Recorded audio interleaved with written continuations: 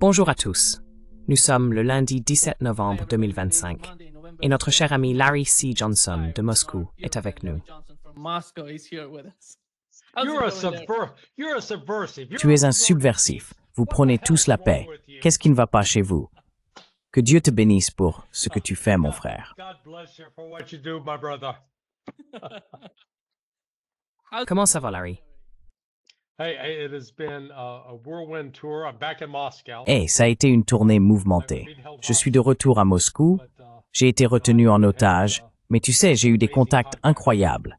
J'ai pu parler aujourd'hui avec plusieurs personnes, dont 2 femmes qui sont sénatrices à la Douma. Elles ont ton âge, alors je les appelle mes filles. Je leur parle et elles me disent « J'ai 40 ans, j'ai 42 ans ». Et moi je réponds « Mon Dieu, mon fils est plus âgé que vous ». Mais ce qu'elles ont vécu et ce qu'elles accomplissent est remarquable. J'ai rencontré Vyacheslav Vislov, le joueur de hockey le plus célèbre de Russie. Donc, si les gens ne suivent pas le hockey, ils pourraient se dire « Pas de quoi en faire tout un plat ». Mais ce type est une légende. Le rencontrer a été formidable. J'étais aussi avec Sergueï Karaganov. Si tu te souviens, lors du Forum économique international de Saint-Pétersbourg à l'été 2024, Sergueï était celui qui était sur scène avec Vladimir Poutine pour poser des questions.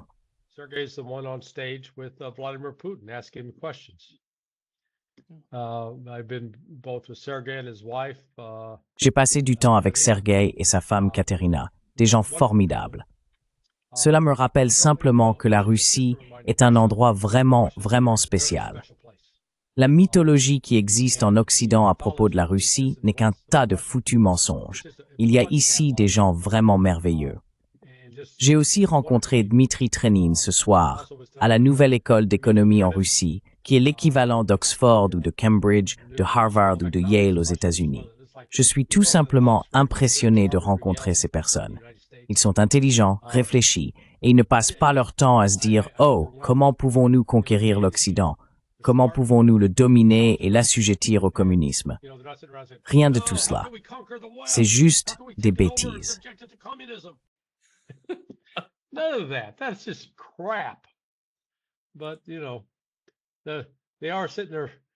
Mais, vous savez, ils sont là, avec des débuts de calvitie sur la tête, à se gratter et à dire « Qu'est-ce que Trump est en train de faire? Bon sang, on essaie de le comprendre, personne ne sait ce qui se passe. » Oui, ils demandent « Est-ce qu'il est vraiment aussi fou que ça? » Et moi je réponds « Oui, en fait il l'est. » Vous savez, aujourd'hui, j'annonçais, au début d'une réunion, j'étais avec un groupe de hauts responsables russes, et j'ai dit « Hey les gars, j'ai une info de dernière minute. Vous vous souvenez que Donald Trump disait que toutes ces histoires sur Jeffrey Epstein, c'était des bêtises, un canular des démocrates?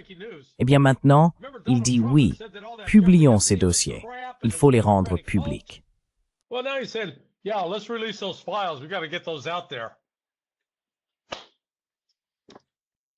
Ouais, est-ce qu'il admet qu'il a été battu par Thomas Massie?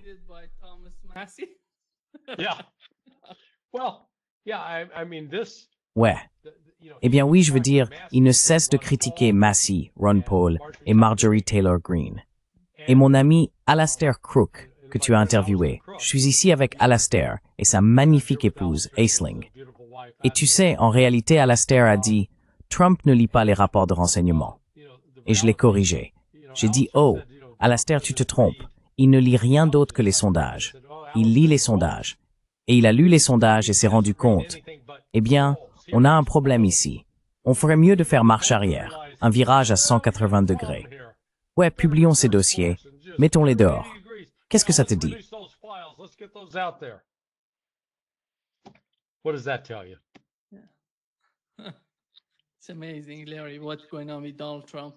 C'est incroyable, Larry, ce qui se passe avec Donald Trump. Et Larry, je sais que tu le suis. Voici ce qu'il a dit à propos de Marjorie Taylor Greene. Il a dit qu'elle était une traîtresse au Parti républicain. Que s'est-il passé ensuite? Je ne sais pas si tu as vu l'interview que Taylor Greene a donnée sur CNN. Non, j'ai pas vu ça. Je ne l'ai pas vu. Ne voici ce qu'elle a dit, Larry. La raison pour laquelle vous avez été critique envers lui n'est pas forcément liée à Epstein, mais plutôt parce qu'il vous a découragé de vous présenter au Sénat ou au poste de gouverneur en Géorgie. Comment et quand a-t-il fait cela?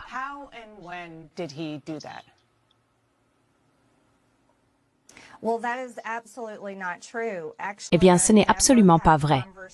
Je n'ai jamais eu de conversation avec le président au sujet d'une candidature au Sénat ou au poste de gouverneur en Géorgie. Ce sont des décisions que j'ai prises moi-même. Je ne veux rien avoir à faire avec le Sénat. Je pense que les 2 derniers mois de paralysie du gouvernement ont montré à l'Amérique exactement pourquoi je ne voudrais jamais y être. C'est une institution très dysfonctionnelle qui sert le parti unique et non le peuple américain ni la façon dont il vote. J'ai également décidé que je ne voulais pas me présenter au poste de gouverneur cette fois-ci. Je veux vraiment faire le travail que j'occupe. Tout le monde continue de dire que je me présente à quelque chose, mais tout ce que je veux, c'est servir le 14e district de Géorgie et je suis très reconnaissante pour cette opportunité.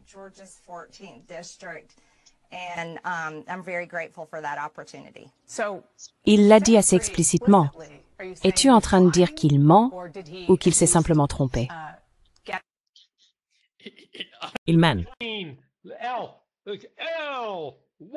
You are, well, il ment.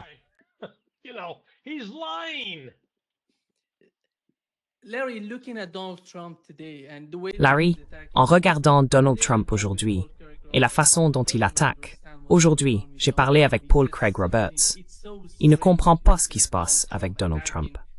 Il dit que c'est très étrange de voir Trump attaquer ces personnes qui, il n'y a pas si longtemps, en 2023, étaient ses partisans. Si tu te souviens, en 2023, la seule personne qui soutenait vraiment Donald Trump était Marjorie Taylor Greene. Il essayait d'appeler pendant le vote houleux pour l'élection du président de la Chambre. Et Donald Trump appelait tous ses républicains. Personne ne répondait, personne ne prenait son appel. Voici Marjorie Taylor Greene.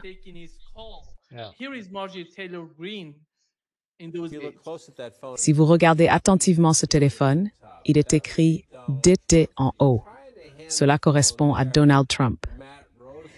Elle essaie de tendre le téléphone à Matt Rosendale, l'un des récalcitrants du Montana. Il ne voulait pas prendre l'appel parce qu'il ne voulait pas subir la pression de Donald Trump. Écoutez Marjorie Taylor Greene décrire le rôle important qu'elle a joué ici.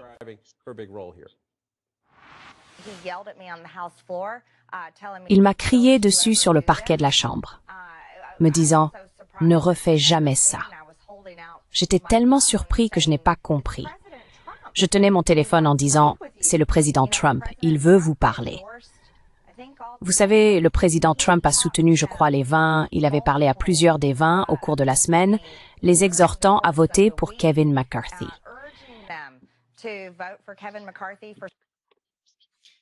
Oui, et voici ce que Donald Trump vient de dire à propos de Marjorie Taylor Greene. Sa vie pourrait être en danger à cause de la rhétorique. Sa vie est en danger. Qui ça? Marjorie Taylor Greene, c'est ce qu'elle dit. Marjorie Taylor Greene. Je ne pense pas que sa vie soit en danger. Franchement, je ne crois pas que qui que ce soit se soucie d'elle. D'accord, et toi? Il dénigre à ce même personne qu'il soutenait.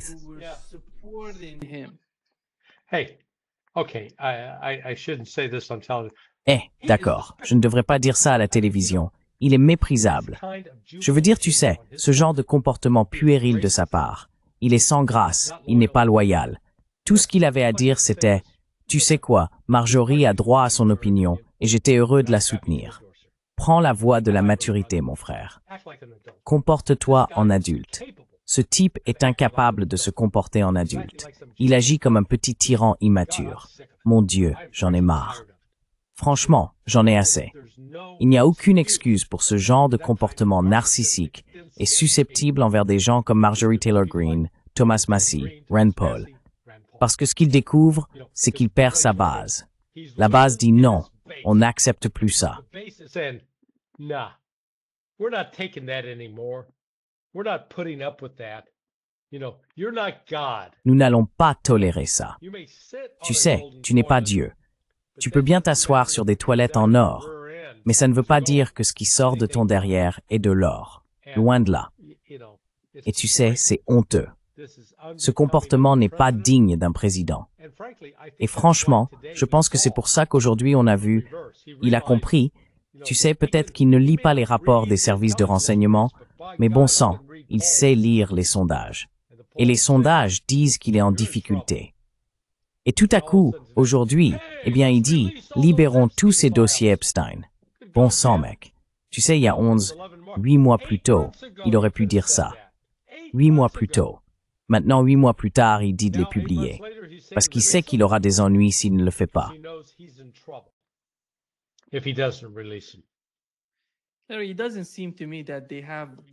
Larry, il ne me semble pas qu'ils aient tant d'éléments que ça contre Donald Trump dans ces dossiers.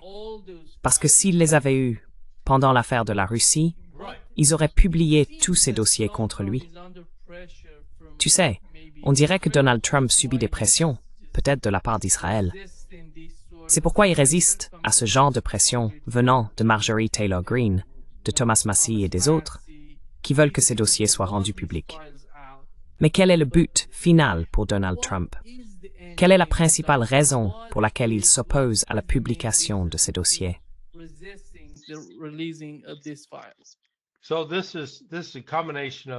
C'est donc une combinaison de Susie Wiles, qui a été une servante de Bibi Netanyahou, et du fait que Trump sait lire les sondages. Vous savez, je crois qu'il a été informé à un moment donné, en janvier, peut-être début février. Écoutez, Monsieur le Président, si vous publiez ces dossiers, cela va vraiment donner une mauvaise image de la CIA et du Mossad, le service de renseignement du Mossad. Nous devons garder tout cela secret, car Jeffrey Epstein était utilisé comme un atout du renseignement pour compromettre des politiciens clés, à la fois démocrates et républicains. Nous devons garder cela sous silence. Trump a commencé par dire « Oui, il n'y a rien à voir ici. C'est une supercherie des démocrates. » Très bien, il a essayé cela pendant 8 mois.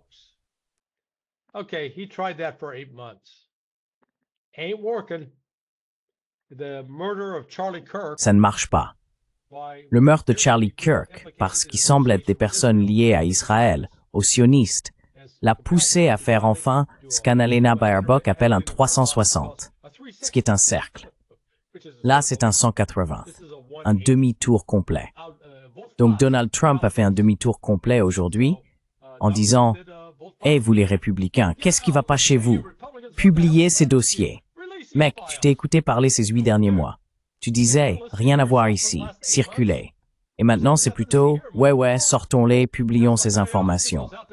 Donc tu vois, c'est une blessure que Trump s'est infligée lui-même.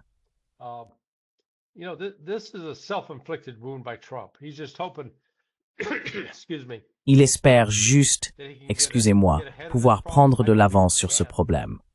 Je ne pense pas qu'il le puisse. Je pense qu'il s'est trop nui à lui-même. Mais, vous savez, maintenant il fait semblant. Oh oui, je veux que toutes ces informations soient rendues publiques. Il aurait pu le faire il y a 8 mois. Il ne l'a pas fait. Vous avez Pam Bondi qui ment. Vous avez Kash Patel qui ment. Vous avez Dan Bongino qui ment. Oh, rien à voir ici. Il n'y a rien dans ces dossiers. Vraiment?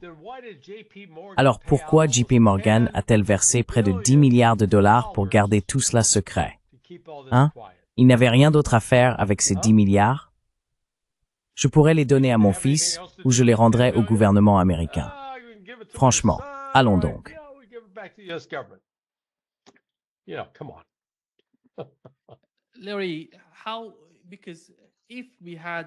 Larry, comment se fait-il que, si nous avions un démocrate à Washington aujourd'hui, et que nous n'avions aucune information sur ces 2 personnes qui ont tenté d'assassiner Donald Trump, nous serions en train de tirer à boulet rouge, en demandant « Que se passe-t-il à Washington?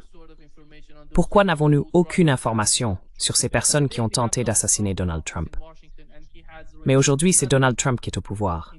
Et il n'a rien publié dans ce sens, dans ce cas. Que se passe-t-il? Pourquoi ne publie-t-il pas les informations qu'ils ont sur ces 2 personnes qui ont tenté d'assassiner Donald Trump? Que se passe-t-il par exemple avec Kash Patel?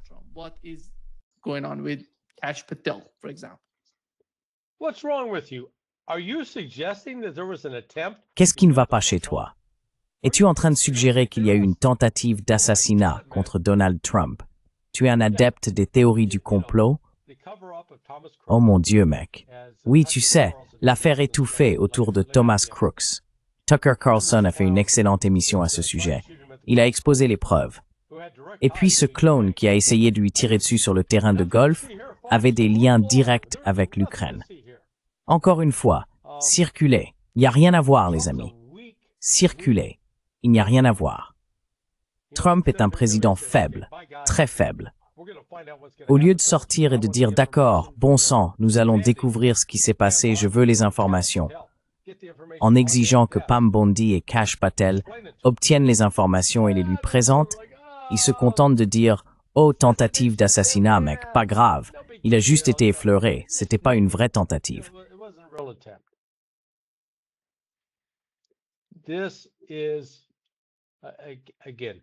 Encore une fois, Trump a créé une base, MAGA, America First, où il a promis d'assécher le marais profond. Au lieu de cela, il offre une protection au marais profond. Et c'est honteux. La plupart des Américains, du moins ceux de moins de 40 ans, se disent « Oui, ça sent l'excrément bovin mâle », comme dirait Ray McGovern, une façon polie de nommer les choses telles qu'elles sont. Et Donald Trump va dans ce sens. Il se discrédite un peu plus chaque jour. Maintenant, le seul espoir possible, ce sont ses fils, Don Jr. et Eric, qui pourraient venir lui dire « Hey papa, tu fais n'importe quoi mec, tu es en train de perdre tout un segment, tu perds 30 à 40% de ta base, il faut que tu redresses la barre. » Il a encore du temps, il a effectivement le temps de se reprendre. Mais franchement, je pense qu'il est trop acheté et payé par le lobby sioniste pour le faire.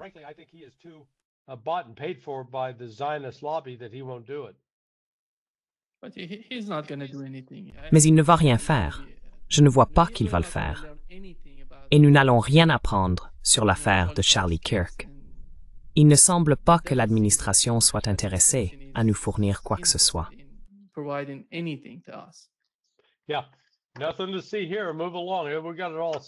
Ouais, rien à voir ici. Circulez. On a tout réglé. C'est juste une grande histoire, n'est-ce pas? Vous savez, on a dit que c'était de la violence transgenre, je vous le garantis. Tyler Robinson n'a pas appuyé sur la gâchette. Je ne sais pas s'il était impliqué, je ne sais pas s'il a été entraîné à jouer un rôle dans tout ce drame, mais il n'a pas appuyé sur la gâchette et tué Charlie Kirk. La balle qui a tué Charlie Kirk venait d'un autre fusil, pas d'un 30-06. Et vous savez, la plupart des Américains reconnaissent que c'est juste une autre de ces histoires de bouse de taureau. Pas vrai.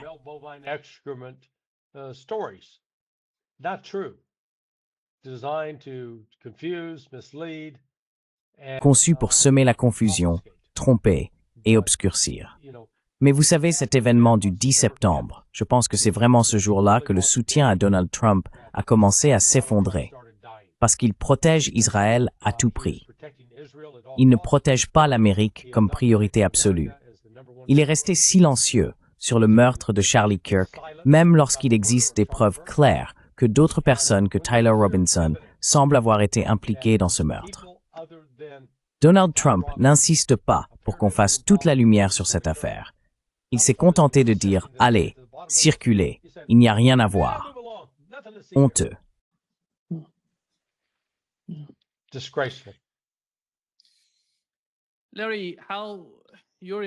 Larry, tu es en Russie. Que pense-t-il de Donald Trump et de son administration?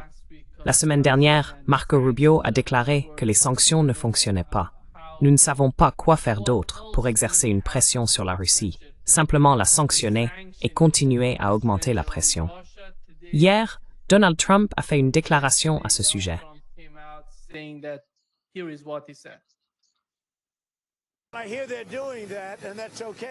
J'ai entendu dire qu'ils faisaient cela et ça me va.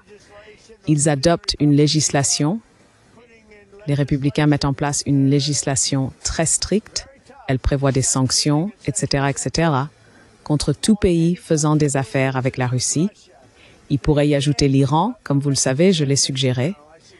Donc tout pays qui fait des affaires avec la Russie sera très sévèrement sanctionné. Nous pourrions ajouter l'Iran à la formule, oui? We may add Iran to the formula, yeah. I'll spell it out. Laissez-moi vous l'expliquer clairement. Donnez-moi un mème. Donnez-moi un O. Donnez-moi un R. Donnez-moi un O. Donnez-moi un N. Qu'est-ce que ça forme? Imbécile. Donald Trump, vous êtes un imbécile. Donald Trump, you are a moron. The United States. Les États-Unis n'ont absolument aucun levier sur la Russie. La Russie n'a besoin de rien du tout des États-Unis ou de l'Europe en matière d'importation.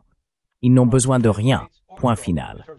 En revanche, les États-Unis et l'Europe ont réellement besoin de certaines choses venant de Russie. Alors, allez-y, sanctionnez la Russie. La Russie s'en moque car elle sait qu'elle produit tout ce dont elle a besoin pour survivre économiquement. Elle va continuer à commercer avec la Chine, avec l'Iran, avec le Sud global. Si l'Occident veut participer, très bien. Si l'Occident veut les sanctionner, très bien. Je pourrais dire des choses plus crues, mais je vais rester correct, par respect pour le public familial.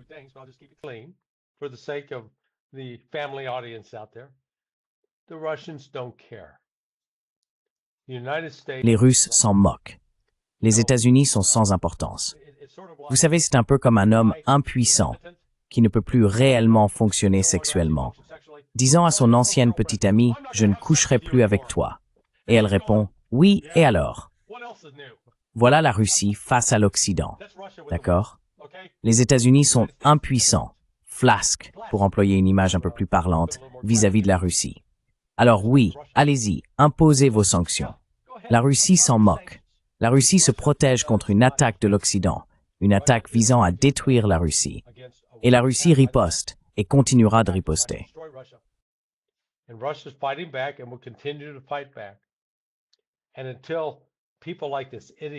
Et tant que des gens comme cet idiot, Scott Bessent, bon sang, le secrétaire au Trésor, penseront « Oh, nous pouvons imposer des sanctions à la Russie qui vont provoquer l'effondrement de son économie et les Russes vont supplier qu'on les aide. » Non, ils ne le feront pas, Scott.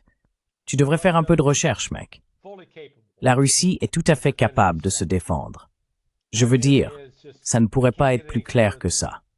J'ai entendu cela de la part de nombreuses personnes différentes en Russie, pas toutes du même parti politique.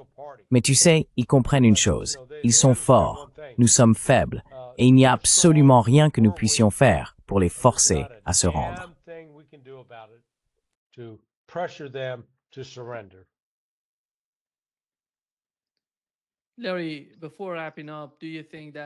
Larry, avant de conclure, penses-tu que l'OTAN se prépare? Je parle de l'OTAN, pas des États-Unis. Les Européens se préparent à une guerre avec la Russie en 2029. Il semble que les Allemands en parlent. Le nouveau contrat, le nouvel accord entre le gouvernement français et l'administration Zelensky pour fournir des drones. Et tout cela concerne 2 ou 3 ans, je ne sais pas, de fourniture d'armes à l'Ukraine et peut-être un conflit entre l'OTAN et la Russie. Alors, as-tu vu cette vidéo que j'ai publiée sur sonar21.com il y a quelques jours?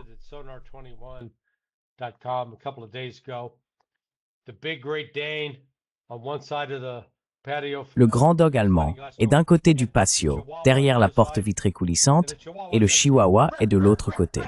Le chihuahua fait « bro, bro, bro, bro, bro ». Puis le propriétaire ouvre la porte et le chihuahua fait « bro, bro ».